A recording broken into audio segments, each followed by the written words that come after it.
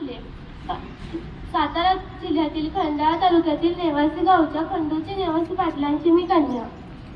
अवघ्या 90 वर्षी ज्योतिराव या प्रिय माणसाशी माझं लग्न झालं आणि हळूहळू मला कळायला लागलं की ज्या माणसाशी माझं लग्न झाले ना तो एक साधा सुद्धा माणूस नाही, तर या जगाला ऊर्जा देणारा एक क्रांती सूर्यच आहे. त्या काही बायांनी उमरा ओलांडण्याची पद्धत नव्हती.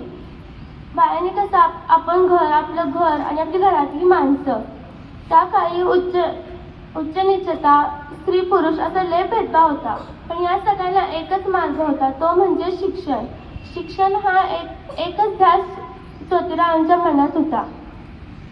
एकदा ज्योतिराव शिक्षणाचा प्रसार करत असताना फराळ नावाच्या ब्रिटिश मॅडम त्यांना म्हणाल्या की मिस्टर फुले, तुम्हाला शिक्षणाचा प्रसार करायचा आहे ना? So educated women first, because in women educated will by the in house educated. पण तुम्ही लोक तर त्यांना घराच्या बाहेर पडूच देत नाही. सो बॅड मिस्टर फुले. झालं, ते आले की माझ्याकडे फाटी पेन्सिल घेऊन आणि म्हणाले, सावित्री, आजपासून मी तुला शिकवणार. झालं, आता आजपासून माझा अभ्यास सुरू झाला. काना, मात्रा, वेलांटी, आकार, उकार, बेद के बेबे, दोन्ही चार, बेत्रिक 6, हाच ध्यास. अशातच मी शिकले, वाचायला शिकले, लिहायला शिकले, काव्य सुद्धा रचू लागले.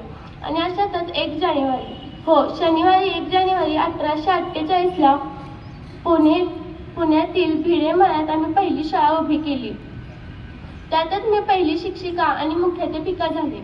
शेवटी आता तुम्हाला एवढंच सांगते, शेळफटासारखं जगलात तर काम तमाम होईल. शेळफटासारखं जगलात तर काम तमाम होईल, पण वाघासारखं जगलात तर नाव होईल. वाघासारखं जगलात तर नाव होईल.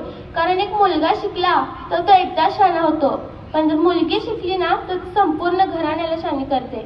त्यामुळे मुलींना शिकवा आणि या देशाची साक्षरता वाढवा. धन्यवाद.